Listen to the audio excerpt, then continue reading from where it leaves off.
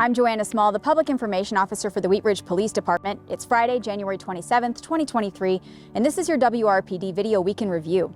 Here's a summary of some of the most notable incidents your Wheat Ridge police officers responded to over this past week, as well as some cases our detectives are hoping members of the public may be able to help bring to a resolution. On January 26th, officers were called to just north of Randall Park for reports that multiple gunshots had been heard. Originally, a Mountain View police officer had responded and collected 3 casings. Witnesses spotted a white sedan leaving the area.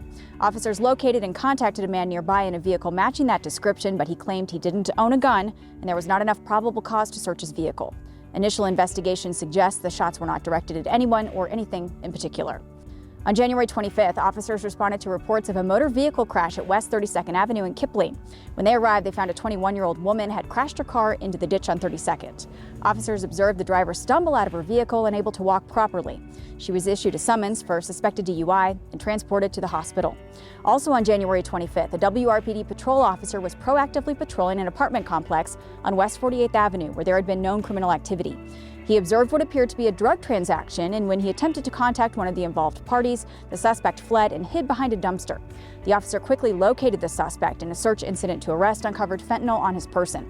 That was in violation of a protection order against the suspect, who was then jailed for that violation. On January 23rd, 3 suspects burglarized a Wheat Ridge liquor store on West 38th Avenue. They're seen on surveillance prying open the door and entering the business with totes. The suspect vehicle matches a vehicle involved in a burglary and a looting incident in another agency's jurisdiction.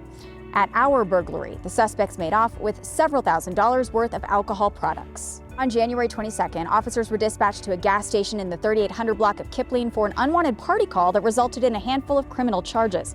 The suspect was causing a disturbance inside the gas station and refused to leave. He was originally taken into custody and issued a trespass notice, but when he was released, he continued yelling slurs at store employees, then kicked a store sign so hard he caused damage. Officers then arrested the man for disorderly conduct, criminal mischief, and for having a suspected stolen credit card in his possession.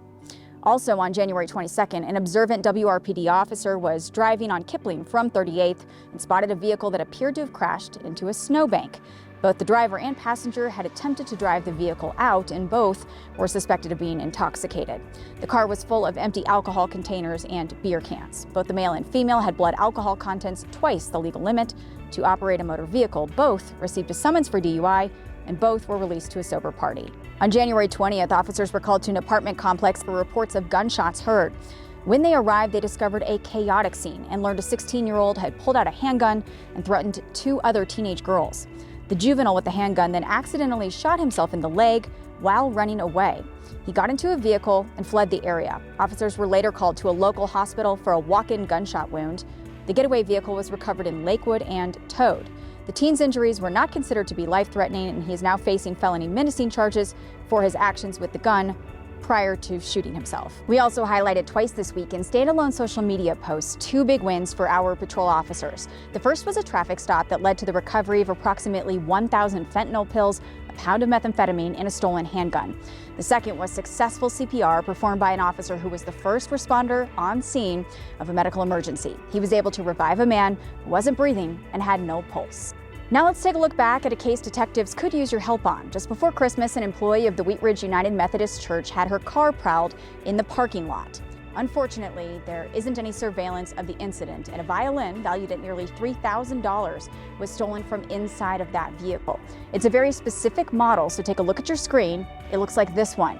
Here is the full name of the brand. It was inside a case along with 2 bows and lying on the front passenger seat of the vehicle. If you believe you have any information about this crime, please call our investigative team at the number that's listed there on your screen. In between your calls for service, officers issued approximately 84 traffic citations, made warrant arrests after contacts for less serious crimes such as trespassing, and proactively patrolled areas of our city where we know there is more dangerous driving behavior and/or criminal activity.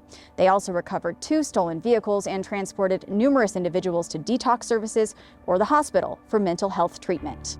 That's all for now. We'll see you next time. And remember, if you need us, we're always just minutes away.